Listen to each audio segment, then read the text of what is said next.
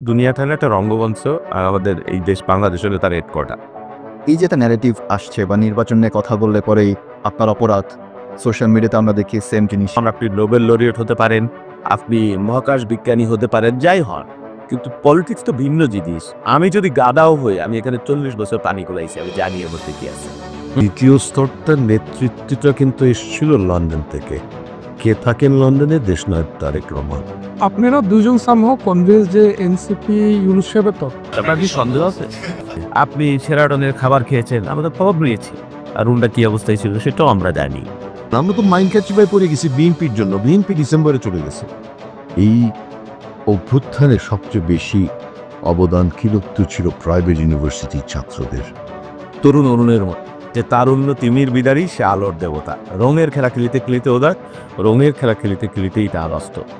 তো আবার আরেকটা জিনিস, ও আবার সাথে কোনোদিনও টকশোতে যায়নি, তো আজকে তো সেমি টকশোর মতো। এখন মনে হইতেছে আমি কবিতা পছন্দ করি না, আমার কিছু কবিতার লাইন শিখতেই।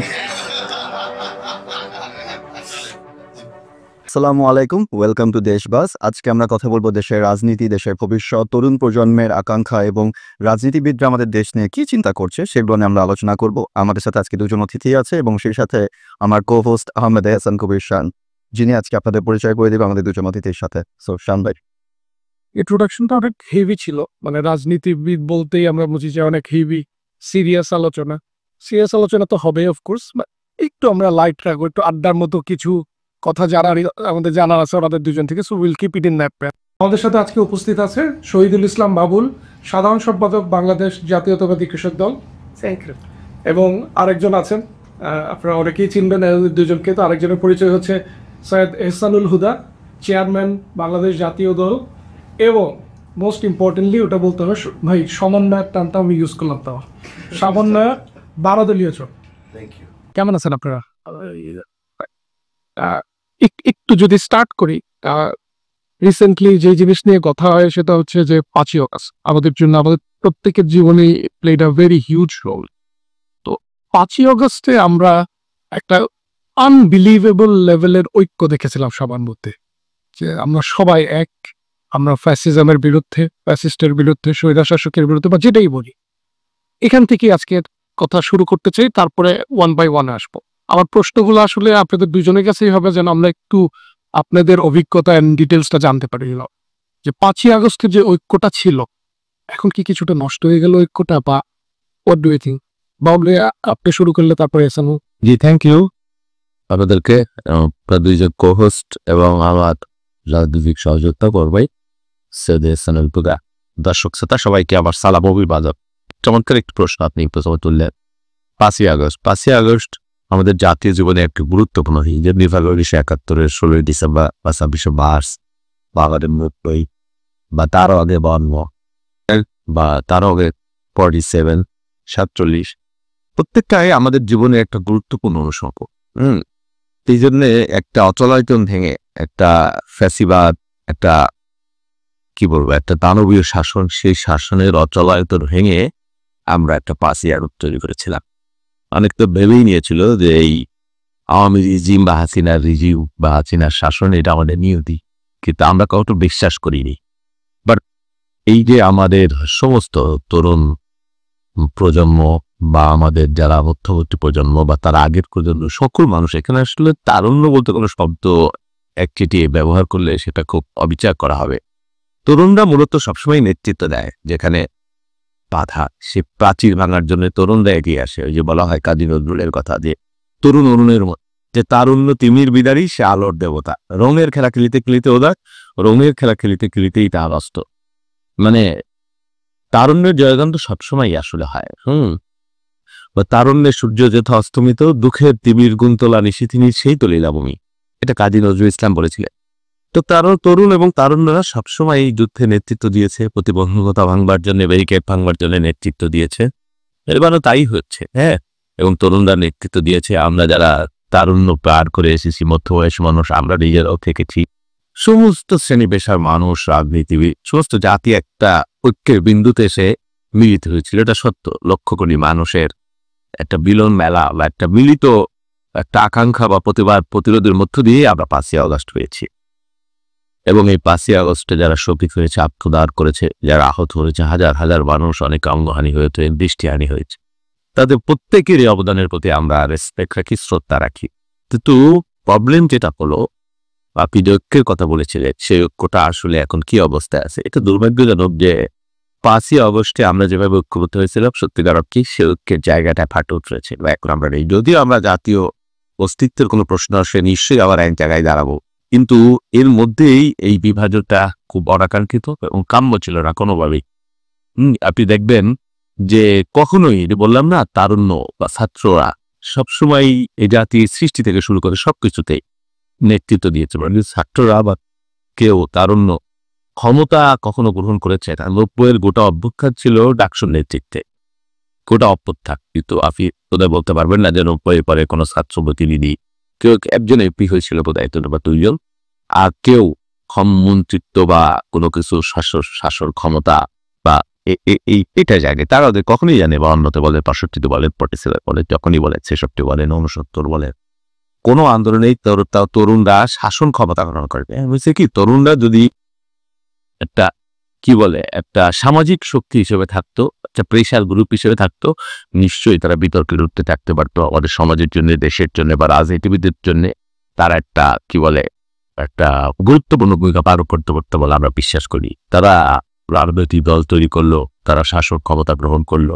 এবং ইতিমধ্যেই আপনি দেখছেন তাদেরকে নিয়ে নানান ধরনের বিতর্ক এবং অযোগ্য অনেক অভিযোগ, বিতর্ক তাদেরকে নিয়ে তৈরি হয়েছে, যেটা খুবই দুর্ভাগ্যজনক আমাদের জন্য। আমরা চেয়েছিলাম এই তরুণরা আমাদের মাথার টাচ হয়ে থাকবে, এই ছাত্ররা যারা নেতৃত্বে ছিল তাদেরটাকে আমরা লক্ষ কোটি, এত খেয়াল করে দেখবে, যাদেরটাকে কোটি কোটি লক্ষ কোটি মানুষ জড়ো হয়েছিল, আত্মাহুতি দিয়েছিল, তারা এখন ডাকলে 100 মানুষ পায় না। খুবই হতাশাজনক ব্যাপার, দুর্ভাগ্যজনক ব্যাপার। আমরা চেয়েছিলাম যে এই অভ্যুত্থানের মধ্য দিয়ে একটা শক্তি বেরিয়ে আসুক, যারা বাংলাদেশকে ধারণ করবে, হৃদয়ে ধারণ করবে। কিন্তু আমরা হতাশ হচ্ছি, এবং তাদের আচরণ, তাদের কর্মপরিধি বা তাদের বক্তব্য, তাদের বডি ল্যাঙ্গুয়েজ, যেগুলো আমাদের আহত করছে। প্রথম থেকেই তারা এক ধরনের স্লোগান তৈরি করছিল, ওদের তাদের মধ্যে কে একটা ধারণা দিয়েছিল যে রাজনীতির ক্ষেত্রে যে আওয়ামী লীগ বিদরিত হয়ে গেছে, এবং একটা দীর্ঘ সময়ের জন্য আওয়ামী লীগের আর ফিরে আসবে, আর আওয়ামী লীগের আর ভবিষ্যৎ নাই। তাহলে কি প্রতিযুক্তকারী রাজনৈতিক দল বিএনপি, জাতীয়তাবাদী দল, এটাকেও যদি আমরা ওই বোতলের মধ্যে ভরে ফেলতে পারি, তাহলে আমাদের এই দেশ, আমরা এই দেশ শাসন করবো। হয় কি, ওই যে বলে না যে নরম অংশের স্বাদ পাইলে মানুষের সম্বন্ধে বাঘের যে দশা, আমাদের দেশে তরুণরা ক্ষমতার স্বাদ পেয়ে তাদের একই দশা হয়েছে। তো এটা ভয়ঙ্কর ব্যাপার। -2 রাইট, একদম 1/11-এর যে একটা ব্যাপার, সেই ব্যাপার থেকে এখন আমরা বের হইতে পারিনি। আর মূলত 1/11টা বলা হয় যে -2, কার্যত আমরা দেখেছি যে -2রা মূলত বিএনপিকে মাইনাস করবার, জিয়া পরিবারকে মাইনাস করবার তৎপরতা আলটিমেটলি পরে দৃষ্টিগোচর হলো আমাদের, যদি আমরা আশঙ্কা করছিলাম। এবারও তাই বিরাজনীতিকরণের প্রক্রিয়া, আমি -2 বলবো না, এটা হলো বিরাজনীতিকরণের একটা প্রক্রিয়া। আর দুর্ভাগ্য কি যে শাসন ক্ষমতায় যারা আছে, যারা তেমন অভিভাবক সেরে আছে, তাদেরকে আমরা মানে রেসপেক্টেবল জায়গায় রেখেছি, যাদেরকে আমরা বরণীয় মানুষ মনে করি বা দায়িত্বে যারা আছেন, তারাও এখানে দায়িত্ব পালন করেছে। এই তরুণদেরকে সুপরামর্শ দেওয়া, সৎ পথে বিচারণা করা, তাদের তরুণদের শব্দোষ টানা, তাদের অভিজ্ঞতাহীনতা বা তাদের আবেগ বা তাদের চিন্তা চেতনার যে গভীরতা কম, সেই বিষয়, নানান ধরনের বিষয় তরুণদের মধ্যে থাকবে। ঠিক আছে, তারা রাজনীতি করতে এসছে, কিন্তু কোন পথে তাদেরকে আমি পরিচালিত করব, তাদেরকে একটা গাইড দরকার, তাদের অভিভাবক দরকার, সেই গাইডেন্সটা তারা পায়নি, বা যারা দিয়েছে তারা সঠিক পরামর্শ তাদেরকে দেয়নি। বিভাজনের সত্যবাদ ওইখান থেকেই শুরু হয়েছে। এটা খুবই দুর্ভাগ্যজনক। বাবুরে, তার মানে ঐক্যে আসলে ফাটল আছে। অবশ্যই, নিশ্চিতভাবে আছে। আমরা এসআর থেকে শুনে তারপরে আবার হয়তো বা ব্যাক করবো যে ইজ দেয়ার এনি ওয়ে যে এই ঐক্যটা আবার হওয়া প্রয়োজন বা হওয়ার কোনো সুযোগ আছে? এর আগে আপনি যদি একটু বলতেন যে 5ই আগস্ট এবং এখন, হোয়াট ইজ দ্য ডিফারেন্স? ধন্যবাদ শান, তৌসিফ দুজনকে। অবশ্য বাবুল সুন্দর করে আসলে প্রেক্ষাপটটা বললো যে 5ই আগস্ট, আমি মনে করি significant month, not only a day. বাংলাদেশের জন্য 5ই আগস্ট মাসটাই সিগনিফিকেন্ট। অগস্ট মাস বলিয়ে যাচ্ছি না, তাই হোক। বাবুল যেমন বলবো, তারুণের জয়গান, তরুণরা এই সব কিছুর বেসিকলি দে বিল্ড, যে কোনো অর্জনই তরুণদের হাত থেকে হয়, এবং সেটা পরিবর্তন বলে তরুণদের দ্বারাই হয়েছে।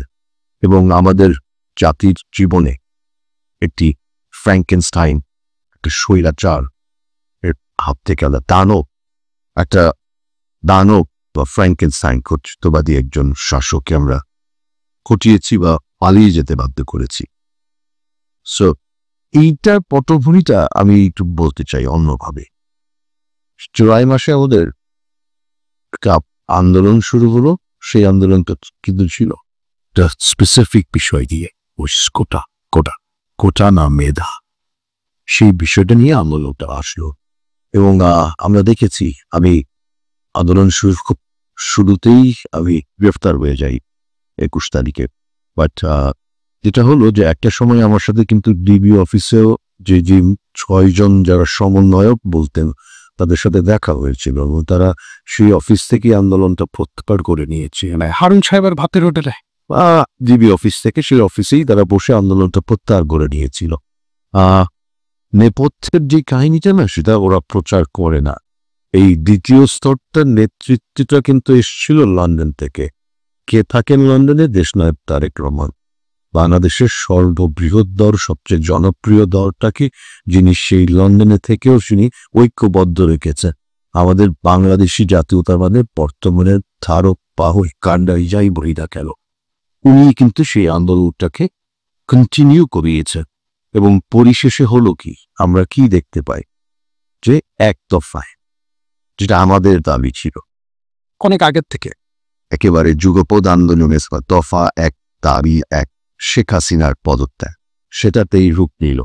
এবং আমরা দেখলাম আউটব্রাস্ট অফ হেট্রেড, ক্ষোভ মানুষের যেটা ছিল সেটা বই প্রকাশ 5 তারিখ, এবং সেখানে প্রত্যেকটা মানুষ রাস্তায় নেমে গেল, যার ফলশ্রুতিতে সম্মিলিতভাবে একটা আগ্নেয়গিরির অগ্নুৎপাত হলো, যেটা কোন অভ্যুত্থানের মাধ্যমে শেখ হাসিনা পালিয়ে যেতে বাধ্য হলো। সেই জায়গার পরে সেই ঐক্যটাকে ধরে রেখেছিলেন জাতির কাছে একটা আস্থা বা ভরসার স্থল হিসেবে 5 তারিখে কিন্তু সর্বপ্রথম যিনি আসলেন তিনি সেনা প্রধান ওয়াকারুজ্জামান। তার ডাকে কিন্তু প্রত্যেকটি রাজনৈতিক দল, এই তরুণ সমাজ যারা আন্দোলনে নেতৃত্ব দিয়েছে, তারা সকলেই যে কিন্তু তারা সেখানে গেলেন এবং সেখান থেকে বঙ্গভবনে গেলেন। উনি আস্থা রাখতে বললেন, ভরসা রাখতে বললেন, জাতীয় রাখলো। ইউনূস সাহেব তো 3 দিন পরে আসলে, তাই না? 8 তারিখে আসলে। তো সেইখান থেকে আমরা একটা নবদিগন্তের সূচনা আমরা দেখলাম এবং আস্থা রাখলাম একজন নোবেলজয়ী বিশ্ববরণ্য বাংলাদেশের নাগরিক ডক্টর মোহাম্মদ ইউনূসের প্রতি, যিনি বাংলাদেশকে একটি গণতন্ত্র পথে বা মানে সেই জায়গাটাতে নিয়ে যাবে। এবং আপনারা যদি লক্ষ্য করে থাকেন যে ইউনূস সাহেবের যে সরকার, অন্তর্বর্তীকালীন সরকার, সেটা কিন্তু হাইকোর্টের সংবিধানের 106 অনুচ্ছেদের মাধ্যমেই কিন্তু ওনারা শপথ নিয়েছে। একটা ডিরেকশনের মাধ্যমে জাতি একটা ভ্যাকিউমে পড়ে গিয়েছিল। ত্রয়োদশ সংশোধনীতে কিন্তু এই যে আওয়ামী লীগ সরকার, যেটা প্রতিক সরকার, তত্ত্বাবধায়ক সরকার ব্যবস্থাটাও বাতিল করে দিয়েছিল। সোশ্যাল না কে দেশটা চালাবে, সেখান থেকে আপিলের বিভাগ যে বললে যে ডক্ট্রিন অফ নেসেসিটির জায়গা থেকে আসে যে 106 অনুচ্ছেদে ওনারা দেশ পরিচালনা করতে পারেন, বাট নির্বাহী কিছু কাজ করতে পারবেন। You have to remember this, নির্বাহী কাজ, রাষ্ট্র পরিচালনার কিছু কাজ। এবং ওনারা অনেক সময় বলেন, আমি হয়তো বা একটু জাম্প করছি, বাট এইটা যেহেতু একটা আড্ডার মতো হচ্ছে, যে we have got mandate to do everything, the audacity of this press secretary, those none of us knew who he was, এই লোকটা বলে ফেলে। এইটা ম্যান্ডেটটা কিন্তু ছিলাম আমরা বাবুলরা, যে রাজনৈতিক দল সর্ববৃহৎ তারা, বিকজ জনগণের প্রতিনিধি ওনারা যে ইউনূস সাহেবকে বলেছেন আমরা আপনার উপর আস্থা রাখছি, আপনি দেশে এখন দায়িত্বটা নেন। উনি কি করলেন? বেইমানিটা তো প্রথম দিনই করে দিলেন, ওনার নিয়োগকর্তা বলে ফেললেন ছাত্রদেরকে। উনি বলে ফেললেন যে আমার নিয়োগকর্তা ছাত্ররা। হ্যাঁ, সেইখানেই উনি নিরপেক্ষতাটা হারিয়ে ফেললেন, বিশ্বাসটা হারিয়ে ফেললেন, জনগণের বিশ্বাস, রাজনৈতিক দলগুলোর বিশ্বাসটা উনি হারিয়ে ফেললেন। এর ফলে হলো কি, আপনারা দেখেছেন বেশ কিছু ছাত্র উনি কাউকে মাস্টার মাইন্ড বলে ফেললেন, জাতিসংঘ একটা অনাকাঙ্ক্ষিত ঘটনা ঘটে গেল, ওনার পাশে একজন এসে দাঁড়ালো, সেটার ব্যাখ্যা কিন্তু উনি এসে দিলেন না, তার আওয়ামী সম্পৃক্ততা ছিল, ওনার এনজিওর সাথে সম্পৃক্ত ছিল, সেই ব্যাখ্যাগুলো উনি কখনো দেন না, সেটাও ঘটে গেল। সো এই যে উনি মাস্টার মাইন্ড বলে ফেললেন, আই ওয়াজ দেয়ার। তো এই জায়গাটাতে হয়েছে কি, এই ছাত্র বা তরুণ যারা, অবশ্যই তাদের অবদান আছে, আমি তাদের কোনো অবদানকে খাটো করে দেখতে চাই না, কিন্তু বিভাজনের জায়গাটা কোথায় আসলো জানেন? এদের মধ্যে একটা অহংবোধ যখন চলে আসলো, এই যে তাদের মধ্যে একটা কর্তৃত্ববাদী আচরণ, ক্ষমতা লিপ্সু মনোভাব যখন চলে আসলো, তখনই কিন্তু আমরা এই ছোট ছোট জামাদের মধ্যে অনৈক্যের জায়গাটা দেখতে পাচ্ছি। এর বাইরে যেটা হলো, কিছু কিছু লোক, দোজ আই বিলিভ পার্সোনালি, যে এদের অন্য এজেন্ডা ছিল, ছাত্রদের না, যারা এই উপদেষ্টা মণ্ডলীতে আছে। আমরা বারবার বলেছিলাম যে উপদেষ্টা মণ্ডলীটা এমন হওয়া উচিত যাদের একটা গ্রহণযোগ্যতা আছে জাতির সামনে। উনি ওনার মতো করে একটা এনজিওগ্রাম সরকার সাজিয়ে ফেলিয়ে, and lot of those advisors who never heard of them, আমরাই শুই নাই, আর আমজনতা এদের নাম কোথা থেকে শুর।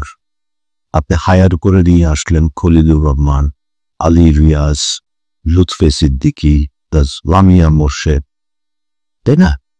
এইসব আসি দেন ওনার আপন ভাতিজা হয়ে গেল অপকপ্রেস সচিব অপূর্ব জাহামজার। This is nepotism and everything. It's a combination of a lot of things. Is this advisory board or the government? তো সেখান থেকে আমার কাছে মনে হচ্ছে they have other intentions, এবং এই ইন্টেনশনসটার জন্যই, যাদের যে অন্য ইন্টেনশনস আছে, এইটার জন্যই ইচ্ছাকৃতভাবে আমাদের মধ্যে ফাটলগুলো ওনারা জিয়ে রেখেছে। বাংলাদেশের প্রশ্নে আই ডোন্ট বিলিভ ফ্যাসিবাদ বিরোধী আমরা যারা ছিলাম, অনৈক্যের সুযোগ নেই। ওকে, সিম্পল। ছোটখাটো যে বিভেদগুলো এখন আমরা দেখছি, সেটা জাস্ট একটা মহলের এজেন্ডা বাস্তবায়নের জন্য এবং কিছু কিছু মানুষের অতি লোভ ও কর্তৃত্ববাদী আচরণের জন্য আজকে এই বিভাজনটা ব্যাপারে আপনি প্রশ্ন করতে পারলে unfortunate. Yes, it is very unfortunate. আমাদেরকে কারণ যে জিনিসটা করতে হবে, Bangladesh first, or we go back a bit, take back Bangladesh. This is it. এটার কোনো বিকল্প নাই। Take back from whom? From who doesn't want us to be a sovereign country, to stand tall. এখনো আগে জানতাম যে take back from somewhat individual, বা এইটার আমি সবসময় বলেছি, take back বাংলাদেশ শুধু not from your question, if I go back, আপনি তো হাসিনাকে এটার অন্তর্নিহিত মানে অনেক ব্যাপ্ত। take back বাংলাদেশ আগ্রাসন বিরোধী আধিপত্যবাদ, যারা বাংলাদেশকে শোষণ করতে চায়, বাংলাদেশকে সেবাদাস হিসেবে রাখতে চায়, সবকিছু থেকেই তো টেক ব্যাক বাংলাদেশ, তাই না? not only from Hasina. So we probably will talk about this later. আর এটা আরো বড় পরিসর হয়ে যাচ্ছে। আপনার প্রশ্নতে যদি থাকি, ফাটলটাও যেটা দেখা যাচ্ছে, সেই ফাটলটাও কারো দ্বারা হচ্ছে। ওকে, ধন্যবাদ। আপনি পুরোপুরি ভাবে ছাত্রদেরকে ব্লেম করলেন না। আমি যতটুকু বুঝতে পারলাম যে হ্যাঁ, আপনারা দুজনেই বললেন দে হ্যাভ হিউজ কন্ট্রিবিউশন, এবং অ্যাকনলেজ করা, রেকগনাইজ করা। বাট হ্যাভিং সেড দ্যাট, আপনার কথা থেকে যেটা বুঝলাম এহসান ভাই, যে other influences are there which are more dangerous, মানে অন্যদিকে চালিত করছে। ভাই আমি তাহলে একটু বলতেই হয় আমার, যেহেতু কোশ্চেনটা এভাবে এসে গেল, ছাত্রদেরকে ব্রেইন করলা কেন? ছাত্র বলতে কাদের বুঝি, এটার একটা ব্যাপার আছে।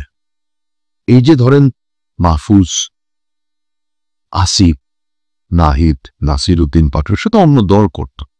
এবি পার্টি ওয়াজন্ট স্টুডেন্ট ইয়ার। ছাত্র যদি বলেন, এই অভ্যুত্থানে সবচেয়ে বেশি অবদান কিন্তু ছিল প্রাইভেট ইউনিভার্সিটির ছাত্রদের, অন্যান্য কলেজের ছাত্রদের, স্কুলের ছাত্রদের। যাদের ছাত্রত্ব শেষ হয়ে গেছে তাদের কমই ছিল।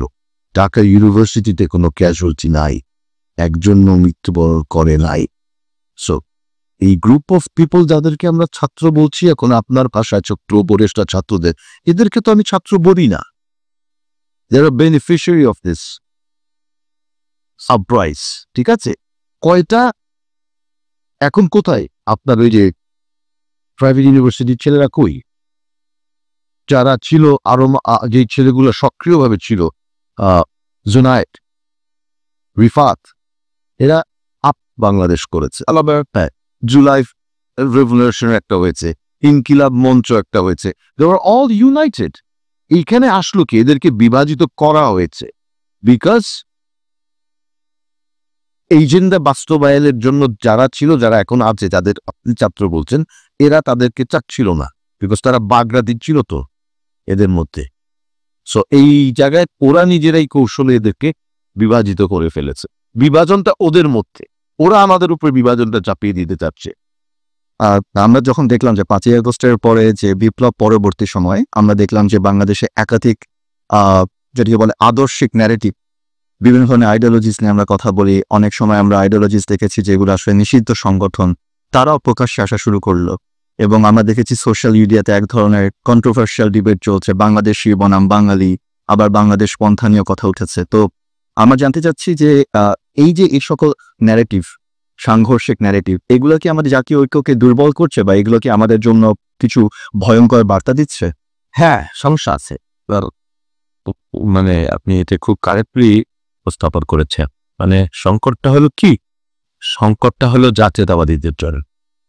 দেশ কেউ ভালোবাসে, তা হতভাগা দেশ আর কি, দুর্ভাগা দেশ আমাদের। বারবার রক্তক্ষরণ হচ্ছে, ধুত হয়েছে বারবার। নাহলে আমাদের যেখানে আজকে থাকবার কথা, আমাদের মেধা শক্তি, আমাদের তারুণ্য, আমাদের মানে কি বলে উদ্ভাবনী চিন্তা মানে কমতো না। পৃথিবীর বিভিন্ন দেশে গুগলে, মাইক্রোসফটে, সব নাসায় আমাদের ছেলেরা কাজ করছে, অথচ আমরা পিছিয়ে আছি। আমাদের যা আছে পৃথিবীর অনেক দেশের তা নাই, কারণ এই তারুণ্যের শক্তি।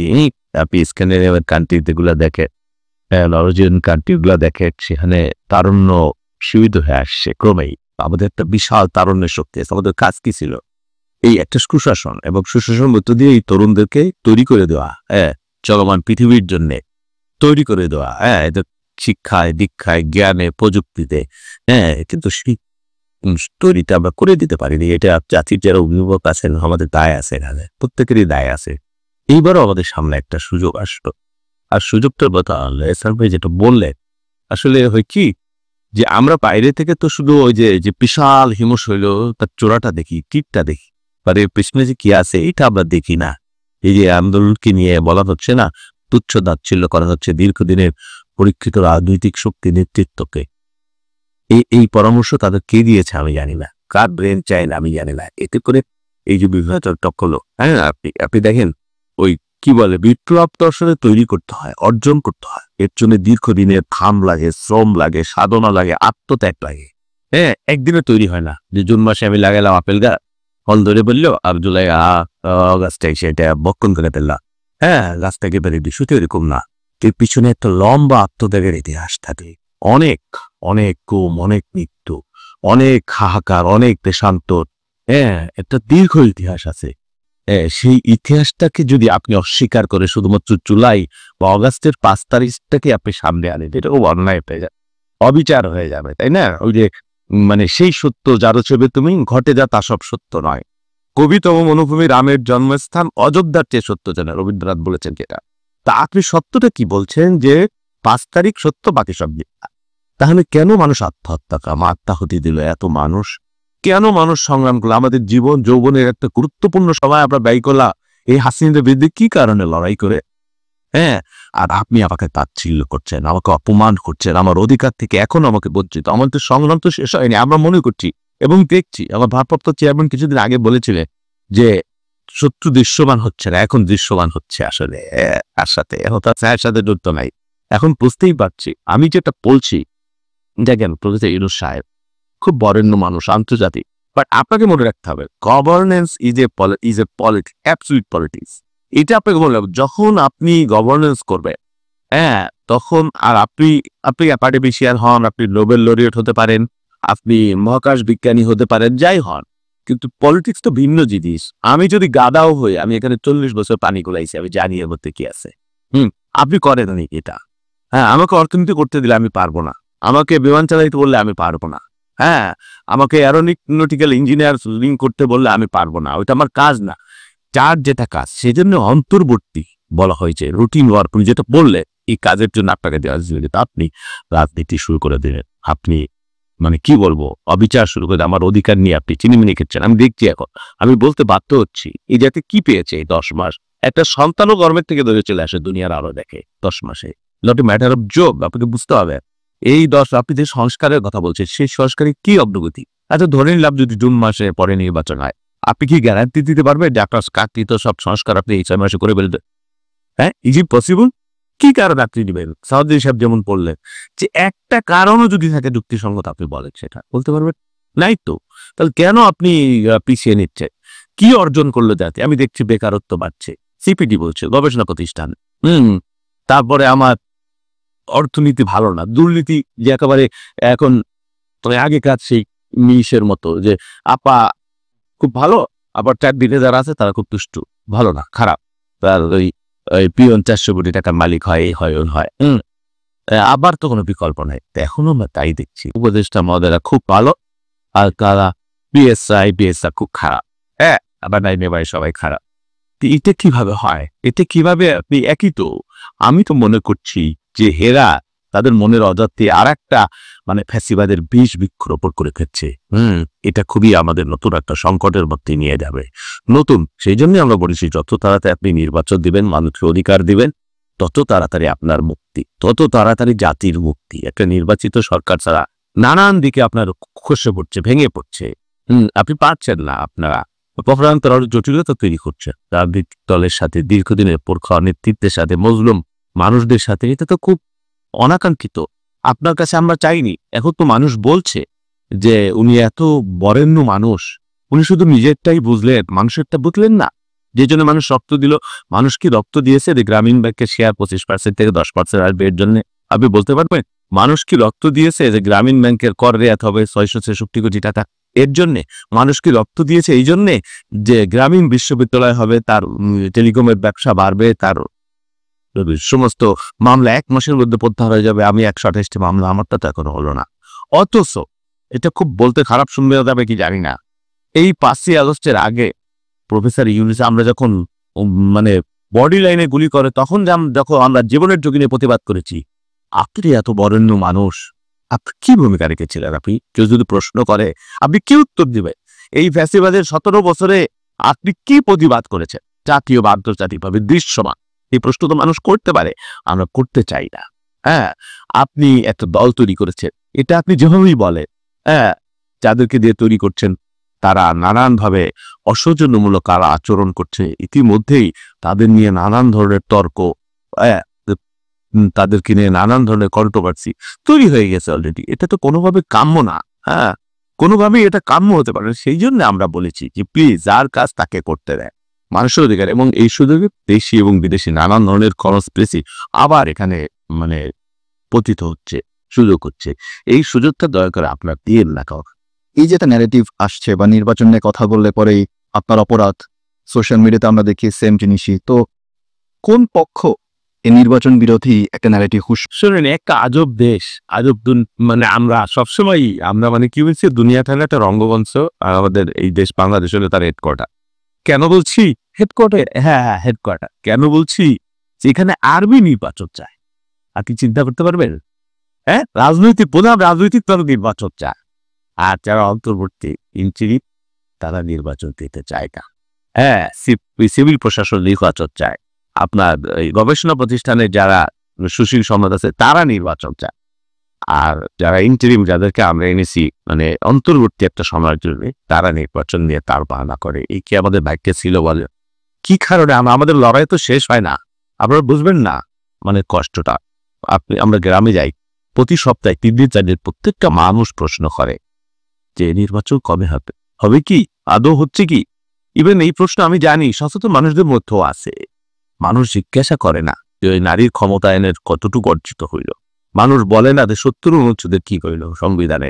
মানুষ বলে না যে কি ওই মানে প্রধানমন্ত্রী আর প্রেসিডেন্টের ক্ষমতার ভারসাম্য, কে 2 বার প্রধানমন্ত্রী হবে না হবে? মানুষ একটা ফ্রি ফেয়ার ইলেকট্রাল প্রসেস একটা মানুষ যাতে উৎসবমুখর পরিবেশে পড়তে যাবে। আমি মনে করি এই যে বাংলাদেশে কেয়ারটেকার প্রবর্তন হলো, আমরা ফ্যাসিবাদকে সরাইতে পারলাম, এটাই বাংলাদেশের একটা গুরুত্বপূর্ণ সংস্কারের সূত্রবাদ এখানে বাকি যেটা হয়েছে সেটা আমরা পরিচয় করবো। সংস্কারের কথাটা আমি বলেছি।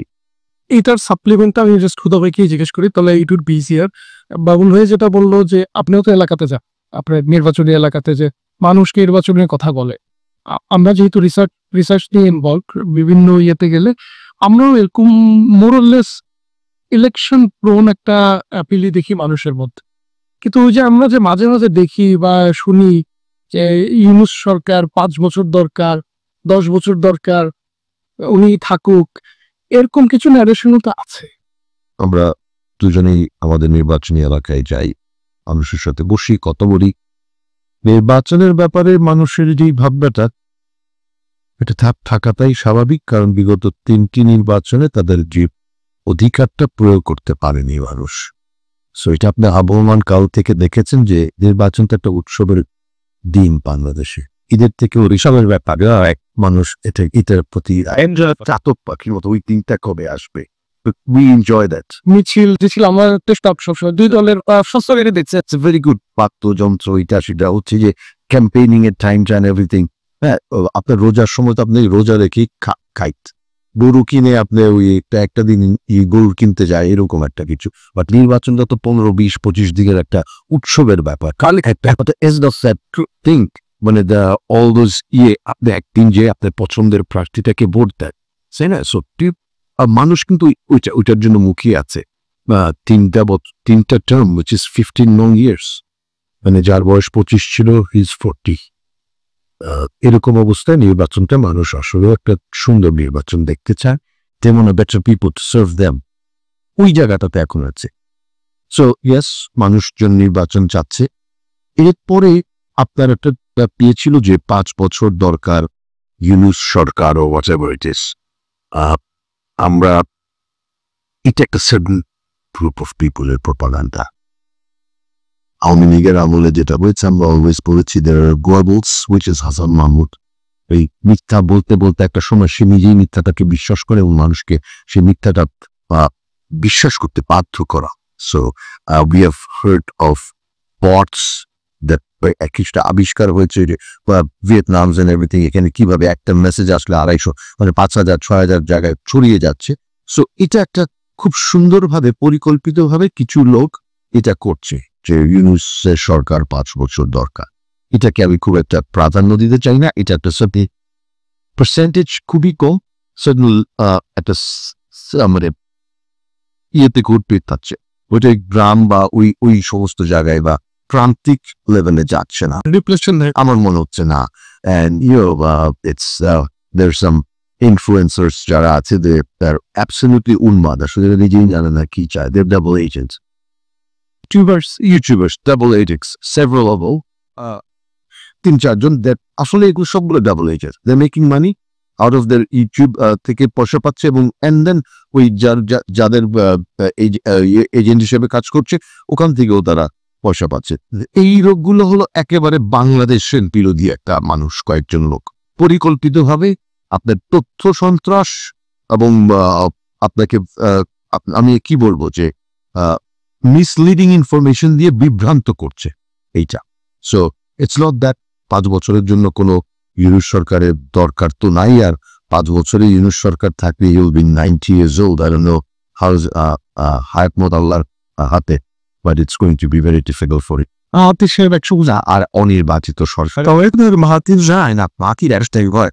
আর সেই জায়গাতে এইটা তো আমরা বলি অনির্বাচিত সরকার, এই সরকারের এখন পর্যন্ত আমরা কোনো অর্জন দেখতে পাইনি।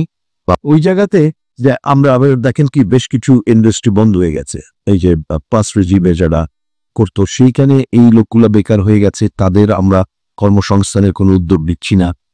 বিদেশিরা যেমন প্রশ্ন করে যে কার সাথে আসলে বাইল্যাটারাল ডিলস করবে, টেনিউরটার ব্যাপারে কিন্তু তাদের ইনভেস্টমেন্ট তো তার হয়, টাকা তো তা, তার তো বড় ধরনের একটা নিশ্চয়তা দরকার আছে যে আমি কি শানের সাথে করব, কালকে যদি ও চলে যায় তাহলে ওখানে আসবে কে, বাবুল এসে যদি বলে না এর তো পাই নাই, কিছু জানি না। সো দিস ইজ আনসার্টেনিটি, তাই না? প্রশাসনের মধ্যে যদি দেখে আমি কার কমান্ড মানবো, আমি এখন তৌসিফের কথা শুনে এসামরে ধরতে গেলাম, কিন্তু পরে 2 দিন পরে তো ও তো বের হয়ে আমার চাকরিটা খাবে। সো যখন একটা ইলেক্টেড পলিটিক্যাল গভর্নমেন্ট চলে আসে, স্টেবিলাইজেশনটা চলে আসে 5 বছরের জন্য। He or she knows, everyone knows that এই সরকার 5 বছর থাকবে। সো আমি আমার বিনিয়োগ, আমি আমার প্রশাসনটা চালাতে পারবো এরকম যেই যারা আজকে সচিবালয়ে আছে সোজা হয়ে যেতে বাধ্য, ওই সরকারকে সহায়তা করতে বাধ্য হয়ে যায় তখন। এখনই দাবিগুলো কেন আসছে? বিকজ এরা তো মনের মাধুরী মিশিয়ে সবকিছু ইয়ে করে আনস্টেবল করার চেষ্টা করছে। হ্যাঁ, আমরা তো বলেছিলাম জুনের মধ্যে নির্বাচন হওয়ার সম্ভব ছিল, কিন্তু আসলে আমি এই জুন আমরা তো মাইন্ড ক্যাচিবায় পড়ে গেছি বিএনপির জন্য। বিএনপি ডিসেম্বরে চলে গেছে, আমরা তো ছোট দল, আমাদের কথা কেউ শুনবেই না, আমরা ওনাদের সাথে সাথে এখন ডিসেম্বরে চলে গেছি। তো এই জায়গায় ওনাদের সাথে যুগপৎ আন্দোলন করি, আমাদের তো ওইটাতেই থাকতে হবে। তারও আগে সম্ভব, এটা হলো সৌজন্যতা, বদান্যতা, যে প্রফেসর ইমোশন মানুষ উনি এসেছে, উনি যেটা বলেছেন সম্ভব। কারণ আপনার হিস্ট্রি যদি আপনি খুঁজেন, 9 বছরের সামরিক স্বৈরাচার হোসেন মোহাম্মদের সাথে আমরা উৎখাত করে 3 মাসের মধ্যে তার আবুতনের দিবে একটা অসাধারণ নির্বাচন করে সব দরজা পরিষ্কার করে বেস্ট ইলেকশন। এটা আপনার প্রচেষ্টা ব্যাপার বা আন্তরিকতার ব্যাপার, শুধু তাই না। লতিফুর রহমান প্রথম রাতেই তার আন্দোলন করা ছিল, উনি করেছেন 2001 সালে। 90 দিনের মধ্যে হয়েছে। আপনি তাহলে 1 বছরের মধ্যে কেন করতে পারবেন না? 1 বছর, বুঝলাম আওয়ামী লীগের জঞ্জাল এই সেই অনেক কিছু, বিষয়টা হলো আন্তরিকতার ব্যাপার। এখন ঠিক আছে, জুনের মধ্যে উনি যেটা বলেছে এটা সম্ভব ছিল, খুবই সম্ভব ছিল। 1 বছরের বেশি তো কোনো লাগাবার কোনো প্রশ্ন নেই। আমরা দাবিগুলো বলিনি প্রফেসর ইউনূসের কারণে, ওই যে মানে কি বলে না, মানের মান তাকেই রাখতে হয়।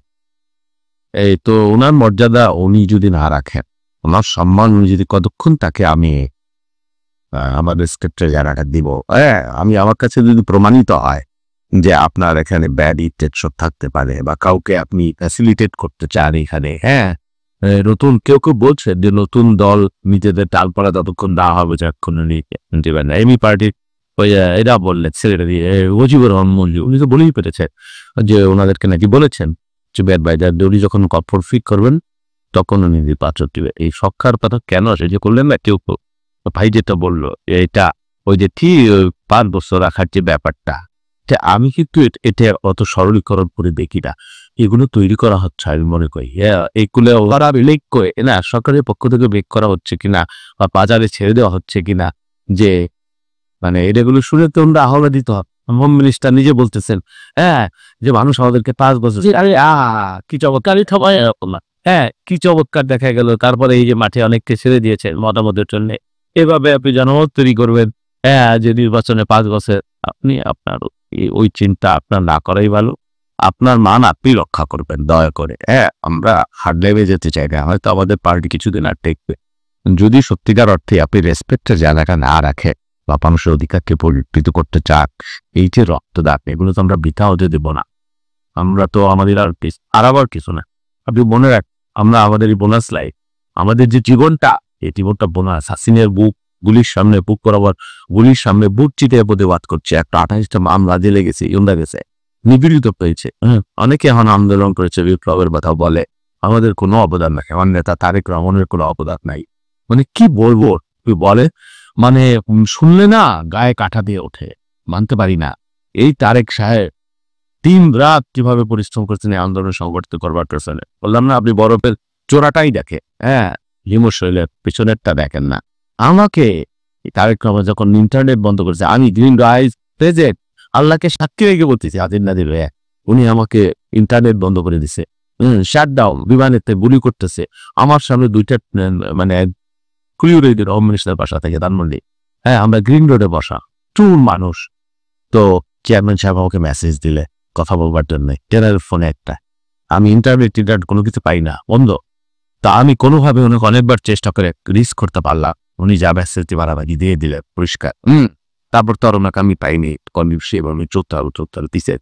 শুধু তাই না, আমি জানি উনি 3 রাত পরিশ্রম, এই যে ছাত্র নেতৃত্ব তারা কোথায় থাকবে, তাদের টাকা কোথা থেকে আসবে, তাদের মোবাইল ফোন কি আসবে, এগুলো তো প্রমাণও আছে। এখন আপনি যদি সেই দলকে অস্বীকার করেন, সেই দলের নেতৃত্বকে অস্বীকার করেন, তুচ্ছ তাচ্ছিল্য করেন, হ্যাঁ আপনার নাতির বয়সীও না। হ্যাঁ, আমরা যখন বিশ্ববিদ্যালয় থেকে পোস্ট গ্রাজুয়েট সম্পন্ন করেছি তখন আপনারা জন্ম হয়েছে কিনা আমি জানি না, আপনি আমাকে বলেন, আমাদেরকে বলেন আমরা পুরনো রাজনীতি করি, আমরা পড়ালেখা করি না। আরে ভাই, আমি যখন ঢাকা বিশ্ববিদ্যালয়তে পাশ করে আসছি, আপনি তো আপনারা অনেকে বিশ্ববিদ্যালয়ে পড়বার সুযোগ পান নাই। তারা যদি আমাদেরকে এই কথা বলে, আমরা তো আহত হই, রক্তক্ষরণ হয়। সেই জন্য মন মেজাজ ঠিক রাখতে পারি না, কখনো কখনো আবেগ আপ্লুত হয়ে যায়, কথা বলে পেলি, আল্লাহ না বলা, সংযত হই। অনেক কিছু দেখেছি এই বয়সে, 40 বছর প্রায় রাজনীতি করি, ক্যাক নাই স্টেট ফ্রম 87 প্রত্যক্ষ রাত অনেক উত্থান দেখেছি, পতন দেখেছি, এই পিঠও দেখেছি, এই পিঠও দেখেছি। হ্যাঁ, এই যে তারেক রহমান, তার যে স্যাক্রিফাইস, এবং এই জিয়া পরিবার যে স্যাক্রিফাইস, এবং খালেদা জিয়ার যে স্যাক্রিফাইস, এই স্যাক্রিফাইসকে আপনি সরলীকরণ করে ওই একমাত্র জোলাই দিয়ে আপনি করতে পারবেন না, জাস্টিফাই করতে পারবেন না। সেই জন্য প্রত্যেকের সম্মান প্রত্যেকেই রাখবে। আমরা মানুষের অধিকারের জন্য আমরা সংগ্রাম করছি, আমাদের সেই অধিকারটা আমরা ফিরে পেতে চাই। আমরা কোনো অন্যায় দাবি করি নাই, রাতের বেলায় ভোট করতে চাই না। রাজনৈতিক দল নির্বাচন যাবে, আপনি আমাকে বিলেন বানাইতে চান, আমি নির্বাচন, এটা আজব ব্যাপার। আর্মি নির্বাচন চায়, অথচ আপনি নির্বাচন কিনে এখনো তাল বাহানা করছেন। খুবই এটা হতাশাজনক ব্যাপার, এটা আমাদের জন্য কাম্য না, কোনোভাবেই কাম্য না। আপনারা দুজন সামহাও কনভিন্স যে এনসিপি ইউনুস সাহেবের তো, মানে আমি কথা শুনে যা বুঝলাম আর কি, এনসিপি ওনারই তো। আপনার কি সন্দেহ আছে? আমার নাই, আমি কেন নয় আমি বলি, শুনে এখানে বোকামিও আছে একটু। তো মানে বললাম না, রাজনীতি না করলে যেটা পায়। প্রফেসর ইউনুস সাহেবের তো ওনার সরল স্বীকারোক্তিও আছে, সব নেগেটিভ অনেক পজিটিভ দিক আছে, গুণ আছে, মেধা আছে, মনন আছে, সেটা ভিন্ন সেক্টরে, নট ফর পলিটিক্স। হ্যাঁ, কেন নয়? উনি যদি এনসিপি দিয়ে দলই করবে, তাহলে তাদেরকে মাস্টার মাইন্ড বলতে হবে কেন? তোমরা দল করো, ওনার প্রেস সেক্রেটারি বলবে আগামী দিনের প্রধানমন্ত্রী, এমনকি তো বলে নাই। হ্যাঁ, ওনারা মানে ওনাকে উনি পদত্যাগ করবে সেই খবর ওনাকে দিচ্ছে। এগুলি কি মনে হচ্ছে? তারপরে এগুলো তো দৃশ্যমান, অদৃশ্যমান কি আছে আপনি জানেন? যে রাতের বেলায় কি হয়, সচিবালয় কি হয়, বদলি বাণিজ্যে কার আঙুলি হেলনে হয়, কোথার থেকে ক্ষমতা কি হয়, এগুলো তো সব এখন দৃশ্যমান। যদি আসিফ মাহমুদ সজীব ভুইয়া বলেন, সে তো নির্বাচন করবে, এটা তো সত্য। এখন এনসিপি কয় সে নাকি এনসিপি করলা কয়লা, যে খনি থেকে কয়লা হয় আর হিরো কয়, একই তো খনি। তা আপনি আসলেন হইল বৈষম্য বৃদ্ধি থেকে। এখন আমি বিএনপি সাথে যদি উপদেষ্টা পরিষদে ঢুকে কই যে পদত্যাগ করা, এটা ঢুকে কইজন আর বিএনপি কেউ না, তো মানবেন আপনি? থেকে হাস্যকর না বলেন? তো বলে এরা শুনি, আমরা তো বুঝি না। না, আসলে থেকে আমি জাস্ট বলি, জিনারা তো বলে পদত্যাগ করে যদি উপদেষ্টা পরিষদে ঢুকা, বিএনপি কয়া আগেই তো বলে দিছে এখানে বিএনপি পন্থী লোক আছে, ওদের আমরা এই উপদেষ্টা পরিষদে চাই না। কি তিনজনের তো হচ্ছে, তো এনারা জীবনে বিএনপি করেই নেই। তাই বলেন। আপনি জানেন এসএম ভাই বলে এই ধরনের, এই যে এই ছেলেদের এত বলে যার বয়স নাতির বয়স নাই, যে সালেউদ্দিন আহমেদ, ফয়জুদ্দিন মাহমুদ বা আসিফ বিনোদন ভাই, আসিফ ভাই হইলো আইন ধ্বংস করতেছে, সালে ভাই হইলো কি ওই পরিকল্পনা ধ্বংস করতেছে, আর কি ওই ওয়াহিদুদ্দিন মাহমুদ পরিকল্পনা, সালেউদ্দিন আহমেদ অর্থনীতি ধ্বংস করতেছে, ডিস্ট্রয় করতেছে বাংলাদেশে। আরে ভাই, কেন ইমাজিনের তোর বাপরাও তো তাদেরকে স্যার বলে, তাদের তো এই কেয়ারটেকার শব্দের আর প্রয়োজন নাই নিজের প্রয়োজনে। অথচ এটা তো পুরোই আওয়ামী ক্যারেক্টার, এ তো মানে আওয়ামী নেচার। হ্যাঁ, আপনি বলেন প্রফেসর ওয়াহিদুদ্দিন মাহমুদের মতো মানুষের কি উপদেষ্টা হইতে হয়? তার 3 জন্মের পরবর্তী 3 জন্মের জন্য কয়েক লাইফ, মানে কি বলবে এটা? এই এর নতুন বন্দোবস্ত। আপনার একটা ব্যাপার বা যে অমষ্ট, আপনার যে রক্তক্ষরণের কথা বারবার বলেন, সেদিন টকশোটা আমি দেখেছি। আমি থাকলে কি করতাম, আমি আমার জাতি দেখতো হয়তো। আপনি যেই মানে সহনশীলতার পরিচয় দিয়েছেন, রাগ হয়ে গেল, রাখুনি হন নাই। আপনি ওনাকে যদি একটা 2 দিনের বাচ্চা বলে এসে যে পড়াশোনা করেন নাই করে এসে তারপরে, হ্যাঁ, সো তারপরে উনি যেভাবে যতটুকু সংযত রাখা যায় সেই সংযত রেখেই আমার মনে হয় কথা বলেছে। আমি তো আমাকেই বললাম, আমি থাকলে কি হইতে, এটা আসলে এখানে আর বলার অপেক্ষা রাখে না। হ্যাঁ, সো এদের যে আচরণ, এই ছেলেটাই একবার বলেছিল বাংলাদেশের রাজনীতিবিদদের কনসেপচুয়াল ক্ল্যারিটি নাই। উনি পলিটিক্স কবে থেকে করে আমি জানি না। রাজনীতিবিদ বলতে কিন্তু উনি সবাইকে মিন করেছে, জেনারেলাইজেশন করেছে। এখানে সেখানে 70, 80, 85 বছরেও যারা জীবিত তাদেরকেও বলেছে, আবার যারা ওই কালকে এসছে ওনাকেও বলেছে।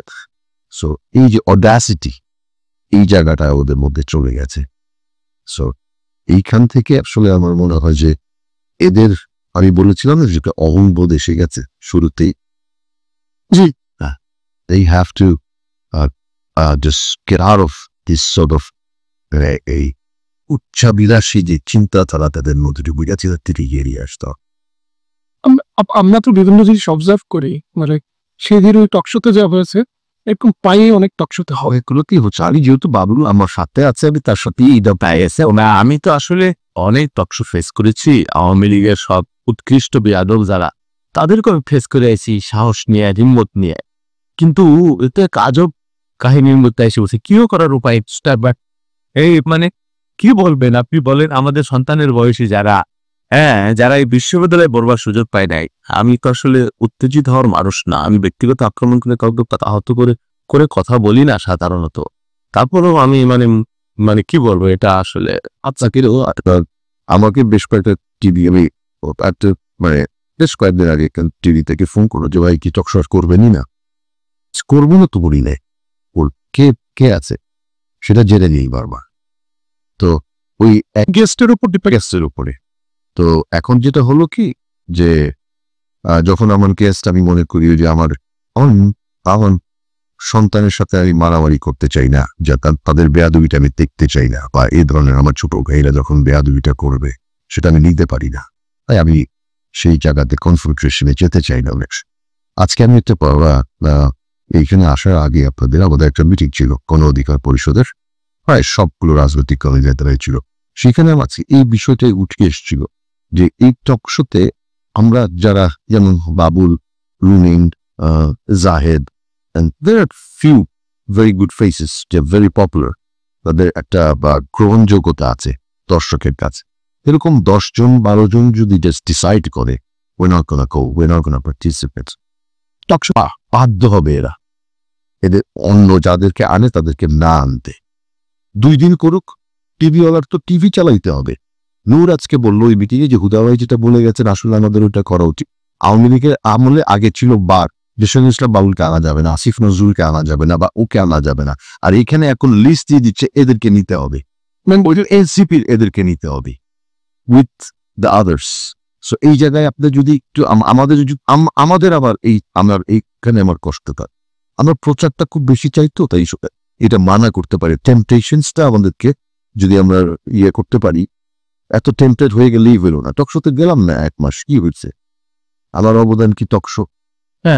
আমার অবদান কি টকশো? এই জাতিতে আমি কিছু করি নাই।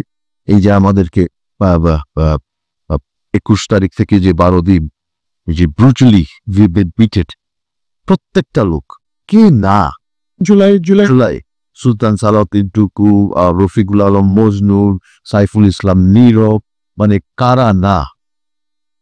শিমুল বিশ্বাস, বা আমাদের সাগরিক সম্পাদক ঢাকা মহানগর সাইদের আলম বাবুল, ওনার অবস্থা দেখলে আমার নিজের এখনো গা শিউরে উঠে। এইভাবে আমাদের প্রত্যেকটা লোককে 2 বেলা নিয়ম করে যেভাবে ওরা মারত, এগুলা আমাদের অবদান ছিল না? আর আজকে যে তাদের এইভাবে চোখ রাগানি, অপমান, অপদস্থ করবে আমাদেরকে বলবে আমরা কারা? আমি যদি প্রশ্ন করি তুমি কে, কোথায় ছিল এতদিন? ছাত্রলীগের আড়ালে ছাত্রলীগ করতা, এখন হাতে হাড়ি ভাঙলে কিন্তু অনেক কিছু ভেঙে দেওয়া যায় ভাই। ভাঙতে এখনো চাচ্ছি না, জাস্ট বাংলাদেশের জন্য। অনেক কাহিনী জানি ভাই। আপনি যেটা বললেন ওদের, আমি জানি টিভি অফিসকে ভয়ঙ্কর। বাবুল বেড়ে নাকি আমারও মনে করি মেয়ে মাসতে শুনেছি। সাইদুল বাবুল বেড়ে আমাকে তো পাগলের মতো খুঁজেছি। তাই হোক, প্রযুক্তি তো আমরা কিছু শিখেছিলাম বলে আল্লাহ ওই যে কোনোভাবে কপাল ভালো হয়েছে। এই যে দেখে এত মানুষকে নির্যাতন করেছে, আপনি জানেন না কি ট্রমাটাইজ একটা অবস্থা বা সময় আমরা গেছে। 18 সালের নির্বাচনের আগে এই শুধুমাত্র লেখালেখির কারণে অসংখ্য মানুষকে ধরে নিয়ে যেভাবে নির্যাতন করা হয়েছে, কাউকে পায়ের নখ উপড়ে ফেলা হয়েছে, রুম বেসে গেছে, কাউকে ইলেকট্রিক শক দিয়ে আপনার ইউরিন এবং ব্লাড একসাথে বের হয়েছে এই পথ দিয়ে। আমি এরকম মানুষও দেখেছি, বয়স্ক মানুষ, 65-66 বছর মানুষ, তাদেরকে আমি দেখলাম যে ওখানে একটা ট্রমাটাইজ অবস্থা, তারা মনে হয় যে ঘর থেকে বেরোতে পারে না, আতঙ্কিত। তাদেরকে আমি বের করেছি। এই যে ওনাদেরকে যে নির্যাতন করেছে এইবার ডিবি অফিসে নিয়ে, এটা ভয়াবহ ব্যাপার। কিন্তু একটা মানুষ এই বিগত 17 বছর কোনো স্বীকারোক্তি দিয়েছে বা কোনো নির্যাতনের মুখে নথি স্বীকার করেছে, দল বদলাইছে বলেন? অথচ উমরা মাত্র পর্যন্ত ধরে নিলে কয়েক ঘন্টা, একদিন না 1.5 দিন মুসলেকাদের আন্দোলন প্রত্যাহার করে দাও। হাজার হাজার আন্দোলন হয়েছে, বৈষম্যবিধি ছাত্র নয়, বিএপির হাজার হাজার নেতাগুলো অ্যারেস্ট হয়ে গেছে। তাদের মারেও নাই, তারা ঘুরে বেড়ো আপনি সেরাটনের খাবার খেয়েছেন, আমরা তো খবর নিয়েছি, আর রুমটা কি অবস্থায় ছিল সেটাও আমরা জানি। তো এখন আপনি আমাকে তুচ্ছ তাচ্ছিল্য করে, আপনি আমাকে অপমানিত করে, আপনি যে আবাদ রাখবেন না, নৌকা থানের শীষ, 2 সাপে 1 বিষ। মির্জা কাদের, মির্জা আলমগীর, ভাই ভাই, এই যে প্রথম থেকে দেওয়াল থেকে শুরু করলে, তখনই খুব বুঝলাম যে আপনার ইন্টেনশন খারাপ। আপনি আওয়ামী লীগকে আমরা তাড়াইলাম সকলে, এখন আপনি বিএনপিকেও আপনি বোতলের মধ্যে আটকাই দিয়ে আপনি একটা মহারাজা হয়েছে। এই চিন্তা তো বাতুলতা, এই চিন্তা তো ভয়ঙ্কর চিন্তা। হাসিনা পারে নাই 17 বছর বিএনপিকে শেষ করতে, সামরিক স্বৈরাচারীর সাথে পারে নাই, আর আপনি তো কোন ছাড়, দূর পথ, এই পথ পরিহার করে যুদ্ধ বহু রাস্তায় আছে। ছোট্ট একটা জিনিস অ্যাড করি, আবু যেটা বলবো যে এই 17 বছর আমরা মৃত্যুর সাথে মানে লড়েছি বেসিক্যালি। এইবার আমাদের এই ট্রমাটা হয়েছিল ওই 12-14 দিনে, যে ডিবির এই অত্যাচার সহ্য করতে পারবো কিনা। উই ওয়ার ট্রমাটাইজড, এবং একটা জায়গায় ছিলাম যে আসলে কত বছর পরে বেরোতে পারি, এটা মাথায় ঢুকে গেছিল যে আমার মা 79 years old। একটু জাস্ট ইন্টারাপ্ট করি, 5ই আগস্ট যদি না হইতো তাহলে things would have been different. এখনো তো আমরা যে জেলে থাকতেন বা থাকতেন নাকি এটা একটা কোশ্চেন। সেটাও একটা ব্যাপার। সো এই যে আমরা কিসের ভিতর দিয়ে গেছি সেটা আজকে যখন অস্বীকার করা হয় তখন কষ্টটা ওইখানে, জানেন, যে জাস্ট কয়েকজনেরই অনুদান আসলে তো আপনার প্রত্যেকটা আমাদেরকে না, শুধু এই যে একজন মা, একজন হাই স্কুলে ক্লাস 10-এ পড়ার ছেলে, একজন শ্রমিক, একজন রিক্সা চালক, কাউকেই কিন্তু স্বীকার করা হচ্ছে না, লিটারালি হচ্ছে না, অবহেলিত হয়ে রয়েছে। আজকেও যখন 9 মাস পরে একজন ব্যাংককে চিকিৎসা করতে গেল, তার মানে কি দাঁড়ায়? জুলাই ফাউন্ডেশনের কোটি কোটি টাকা লুট করে খেয়ে ফেলি, তাই না? আরেকটা বিষয় আমি অ্যাড করি এহসান ভাইয়ের সাথে, আপনার সাথে আমার পার্থক্যটা ক্লাসিক, পার্থক্যটা বলি। আপনি আন্দোলনটা করেছেন চাকরির জন্যে, আমি আন্দোলন করেছি হাসিনার পতনের জন্য। দেওয়ান আমার পরিচয় লুকাই নেই, বুক চিতে বলছি, সব জায়গায় বলছি, যুদ্ধ করেছি, 16টা বছর আমরা যুদ্ধ করেছি ওপেন, এবং বিএনপি পরিচয় করছি, খালেদা জিয়া, তারেক রহমান, জিয়াউর রহমানের আদর্শকে ধারণ করে করছি। আপনি কেউ পরিচয় লুকাইছেন, কেউ ক্যাম্পাসে।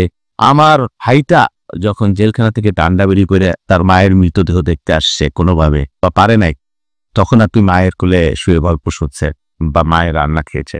আমার ভাইরা যখন দুর্বিষহ জীবনযাপন করছেন, তখন আপনি হলে থেকেছে, কখনো শিবিরের পরিচয়, কখনো কি, কখনো আমাদের একাডেমিক লাইফ শেষ করেছে।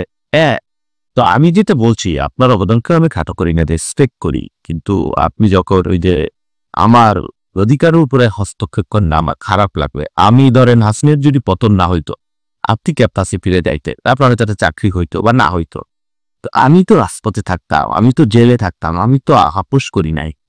আমি তো আমার ইথিক্যাল জায়গায়, হয়তো হাসিনের পতন আরো 5 বছরের পরে হইতো না, নাই হইতো, কিন্তু আমি তো আমার ইথিক্যাল জায়গায় আমি বুক চিতে বলতে পারি আমি দেশের জন্য হাসিনার বিরুদ্ধে লড়াই করেছিলাম। আমি পারি নাই, আমার পরবর্তী প্রজন্ম হয়তো সেটা শেষ করতো, কিন্তু আমার ইথিক্সের সাথে তো আমার ইথিক্স নিয়ে তো আপনি তাচ্ছিল্য করতে পারেন না।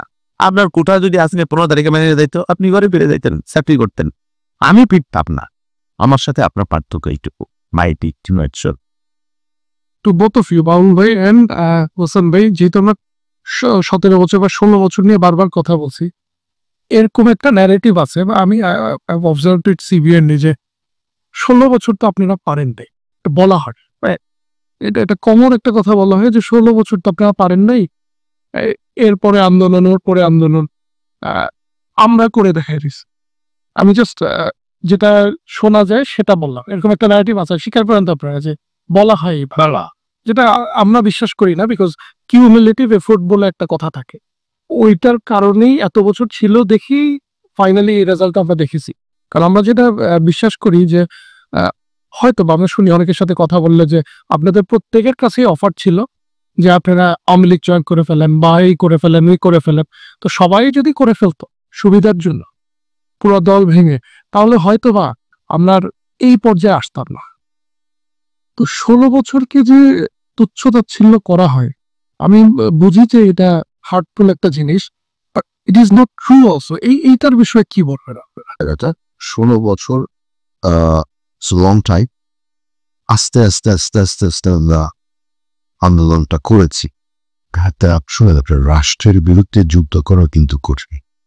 যখন তার সেনাবাহিনী, বিডিআর, পুলিশ সব এক হয়ে যায়, দেখা মাত্র গুলির নির্দেশ দিয়ে দেয় বিডিআর প্রধান বা সেনাবাহিনী, যেটা 14 সালে হয়েছিল। সারা দেশ অবরুদ্ধ ছিল কিন্তু প্রায় 1.5 মাসের মতো। বাংলাদেশে কোনো গাড়ি, ওই লাইট কোর্স বলেন বা কোনো কিছুই চিরস্বক অন্ধ ছিল। তো সেই এত বৃহৎ আন্দোলনের পরেও রাষ্ট্রযন্ত্র যখন সরকারের পারপাস সার্ভ করে, দ্যাটস ভেরি ডিফিকাল্ট হয়ে যায়।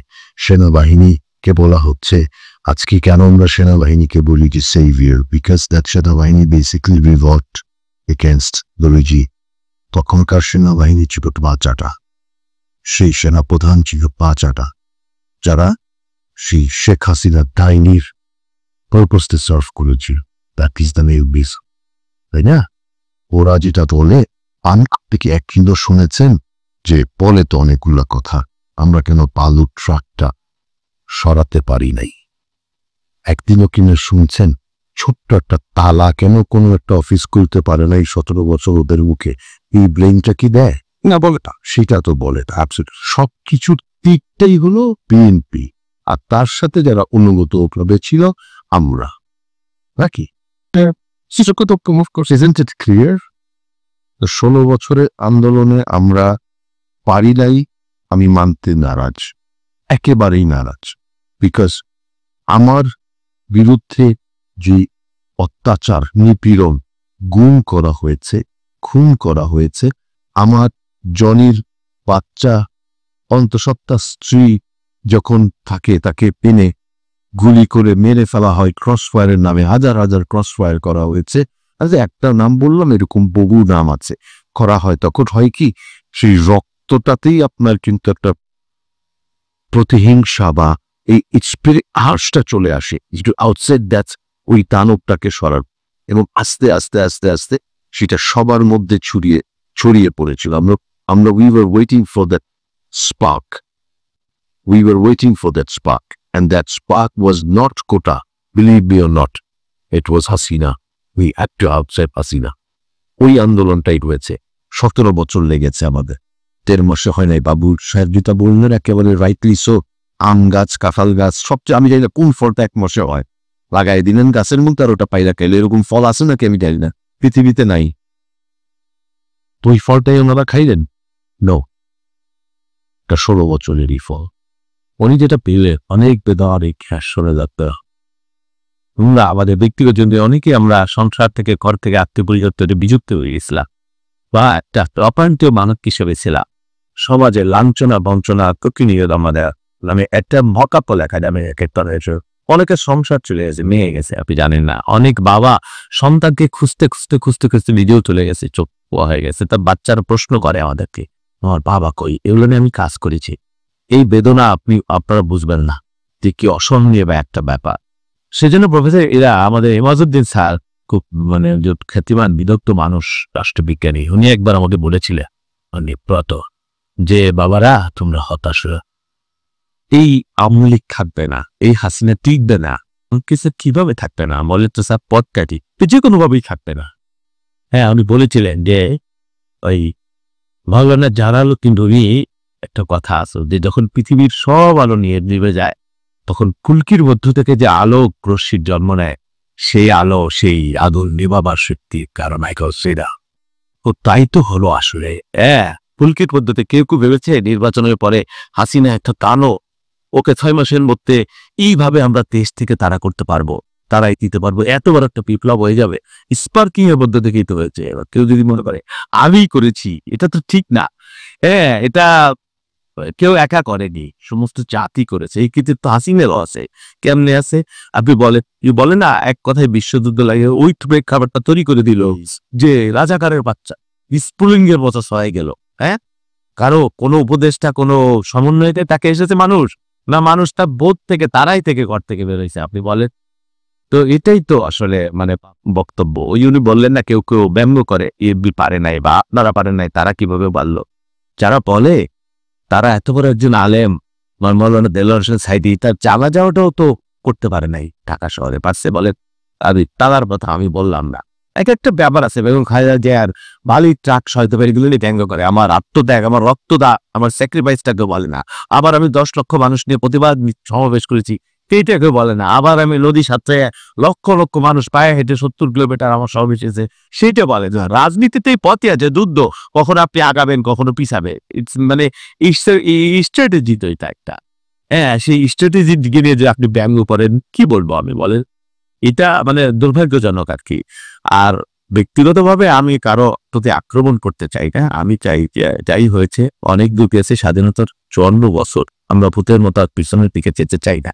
আমাদেরকে সামনে এগিয়ে যেতে হবে। আমাদের একটা প্রজন্ম আছে, হ্যাঁ, তাদের কাছে আমাদের একটা প্রশ্নের উত্তর তো রেখে যেতে হবে যে আমরা কি করেছি। শুধুমাত্র লড়াই করলাম, সংগ্রাম করলাম, দেশটাকে গড়বার জন্য এখন একটা জাতীয় ঐক্য লাগবে। সেই ঐক্যটা আমাদের প্রয়োজন। একটা নির্বাচনের মধ্য দিয়ে একটা সুশাসন যদি আপনি দেন, এই যে তরুণ প্রজন্মের কথা বলবে, এই প্রজন্মে আমার দেশটা গড়ে দিবে, দেশে এবং বিদেশে। জাস্ট একটা সুশাসন লাগবে, একটা গণতন্ত্র লাগবে, একটা মানবিক শাসন লাগবে।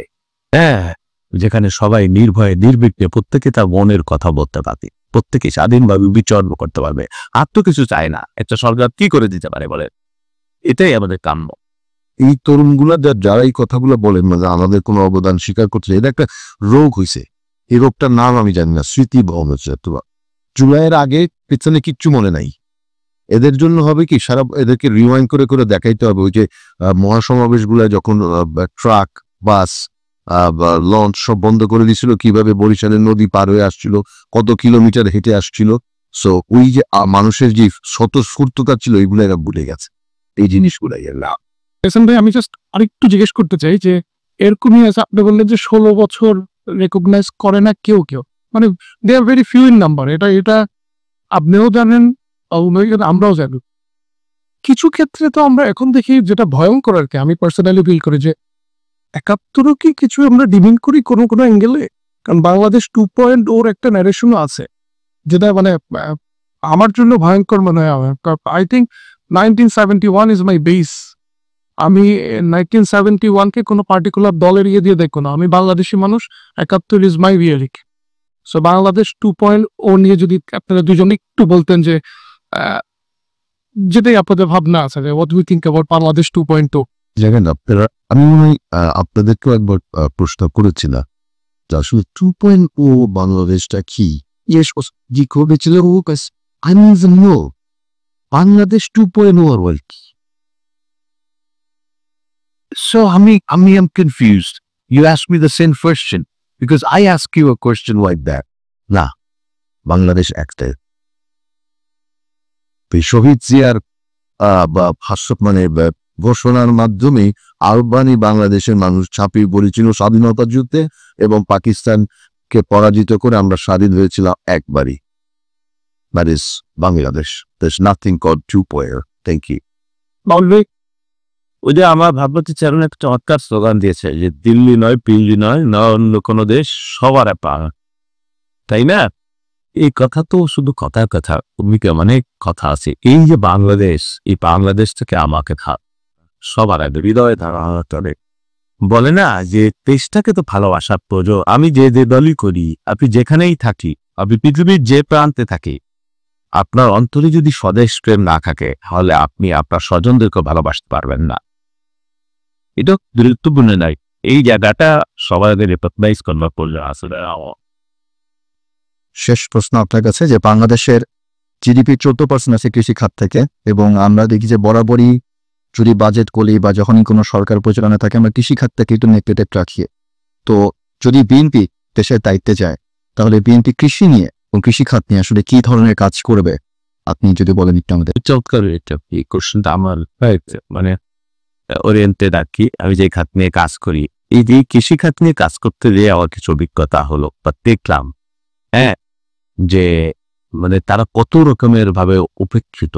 একজন কৃষক মানে যিনি আমার খাবার মানে অন্ন যোগান দেন, হ্যাঁ, যারা যোগায় ক্ষুধা অন্ন আমরা রড়ি তাদের জন্য, আমার একটা স্লোগান আছে কৃষক দলের, হ্যাঁ, টুসুই কৃষক হাত জিজিরা অবস্থা, তার সন্তানের লেখাপড়া চলে না, তার মায়ের বৃদ্ধ মায়ের চিকিৎসা হয় না, হ্যাঁ, অর্থের অভাবে টাকার অভাবে। তিনি যে উৎপাদন করে ক্ষুদয়স্ত পরিশ্রম করে মাথার ঘাম পায়ে ফেলে উৎপাদনের পরে সেই ফসলের ন্যায্য মূল্য তিনি পান।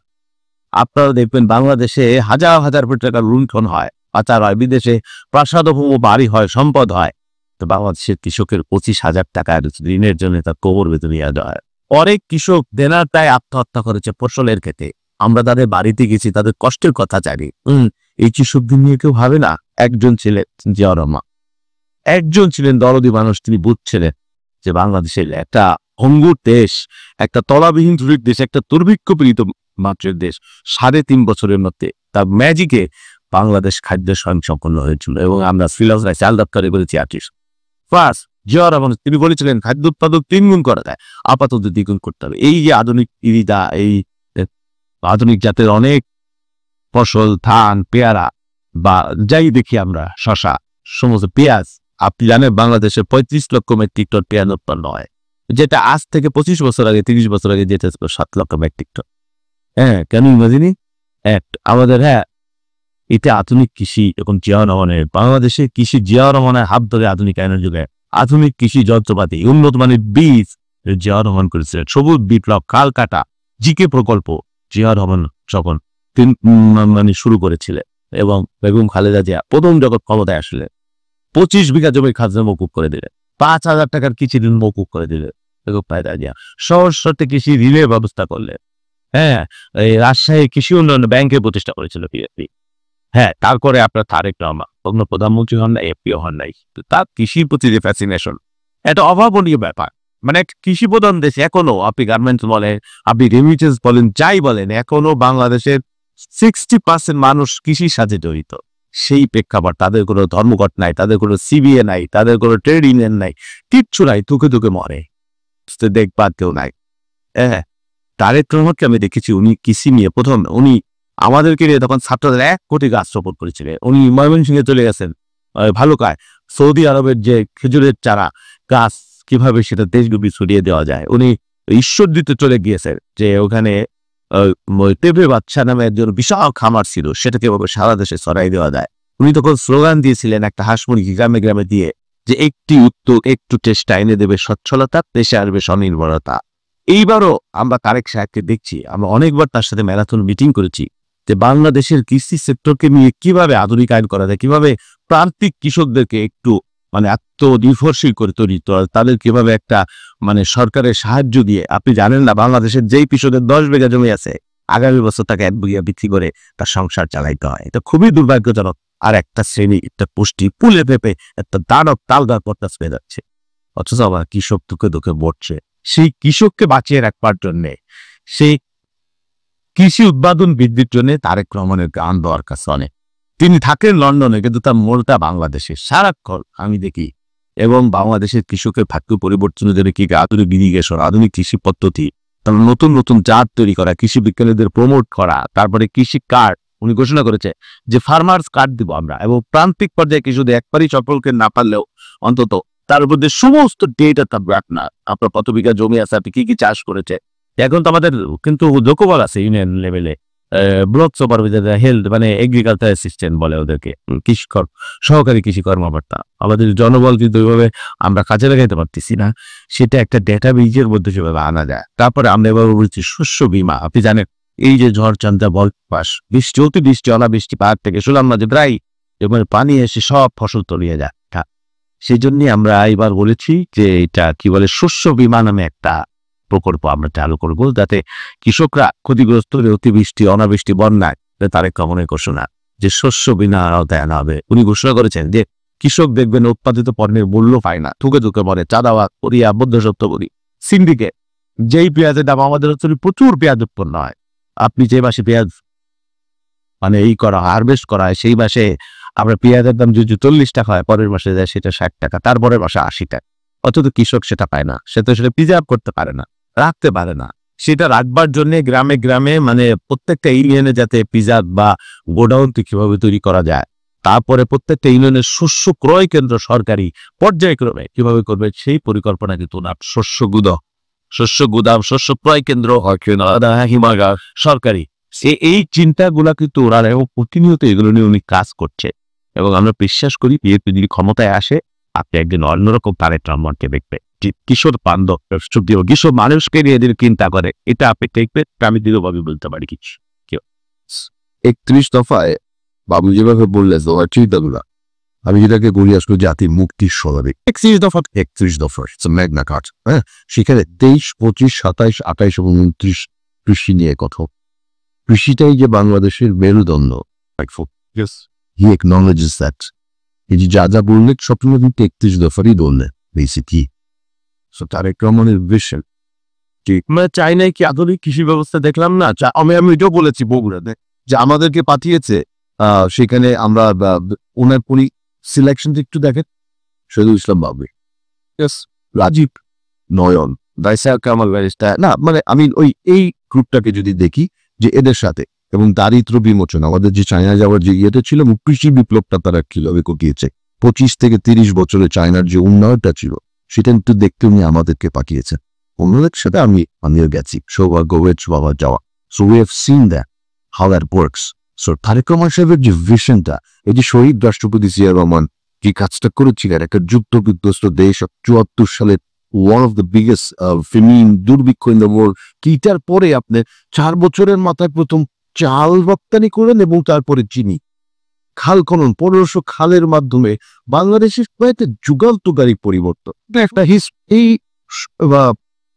অনেকে জানে না তো জিনিসগুলো। সবুজায়ন, হ্যাঁ, আলাপা ময়দানে যেটা কেয়ামত পর্যন্ত থাকবে, জিয়া ট্রি, সাজরাই জিয়া যেটা থাকবে, আমি তো জানা হচ্ছে হ্যাঁ,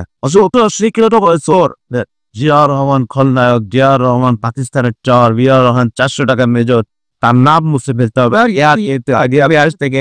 আর একজন মহামানব, আমি না এক নেতা এক দেশ। আমি এবার এই বগুড়াতে সুযোগ ছিল আমাদের এখানে কথা বলার, আমি তখন ওই কৃষি একটা সাবজেক্ট ছিল, সো আমি ওটা নিয়ে দেখার সময় দেখলাম, সাবজেক্ট পড়ার সময়, যে যা কৃষির বাংলাদেশে এখন আমরা করছি, ওনার ব্রেইন চাইল্ড ধান গবেষণা ইনস্টিটিউট জেরোমান, গম গবেষণা ইনস্টিটিউট, পল্লী বিদ্যুৎ, RDA বগুড়াতে, শস্য বীজ উনি যেটা বললেন, গুদাম, শস্য ইয়ে করার জন্য, মানে কালেক্ট করার জন্য, হিমাগার, কোনটা উনি করেন নাই আমি এটাই বুঝতেছি। এটা বেনিফিট আমরা এখনো স্টেক মানে স্টেটমেন্ট মানে কি ওই জিনিসটা, এবং যোগ্য উত্তরসূরি আমরা হয়তোবা পেতে যাচ্ছি ইনশাআল্লাহ। তারেক রহমানের হাত তুলি কৃষি বিপ্লব করবে, ওনাদের হাত তুলি কৃষি বিপ্লব করবে। Thank you so much. সেদেরকে পাওয়ার কারণে আমরা আবার ভাগ্যবান, অনেক কিছু জানতে পারি যাত্রা ভাবতেছি। Very nice of you guys to invite us. আমাদের ওই তরুণ পর্যায়ে না পড়লেও আমাদের তরুণই তো কত বেশি তোর না তরুণের মতোই থ্যাংকস টু ইউ গাইস যে আমরা এখানে আসতে পেরেও ভালো লাগলো। আড্ডাটার মধ্যেই একটা আলোচনা করলে আরো কথা আছে তরুণ নিয়ে, যে বহু বৃত্তকে দেখিয়েছি যাদের বার্ধক্যে জীর্ণাবরণের তলে মেঘ লুপ্ত সূর্যের মতো। আবার আরেকটা জিনিস, ও আবার সাথে কোনোদিনও টকশোতে যাইনি, তো আজকে তো সেমি টকশোর মতো এখন মনে হইতেছে আমি কবিতা পছন্দ করি না, আমার কিছু কবিতার লাইন শিখতেই